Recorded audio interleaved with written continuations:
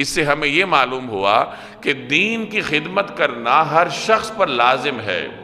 ہر شخص اپنی استطاعت کے مطابق دین کی خدمت کرے گا۔ ہر آدمی اپنے دائرہ کار کو دیکھے گا کہ میرا دائرہ کار کیا ہے، میں دین کے لیے کیا کر سکتا ہوں، میں دین کی سربلندی کے لیے کیا کر سکتا ہوں، تو وہ اس کو کرنا پڑے گا۔ میں اکثر عرض کرتا رہتا ہوں کہ صرف خود نماز پڑھ لینا، خود روزہ رکھ لینا، خود تلاوت کر لینا یہ کافی نہیں ہے، بلکہ انسان چونکہ ہم مسلمان ہیں اور ہمارا دین یہ پورے کائنات پر غلبے کے لیے آیا ہے، اب میں نے اس دین کو غالب کرنے کے لیے اپنا حصہ کیا ڈالا ہے۔ میں یہ تو کر سکتا ہوں کہ ساتھ والے آدمی کو، پڑوسی کو دین کی طرف راغب کروں، زبان سے، اپنے مال سے، اپنے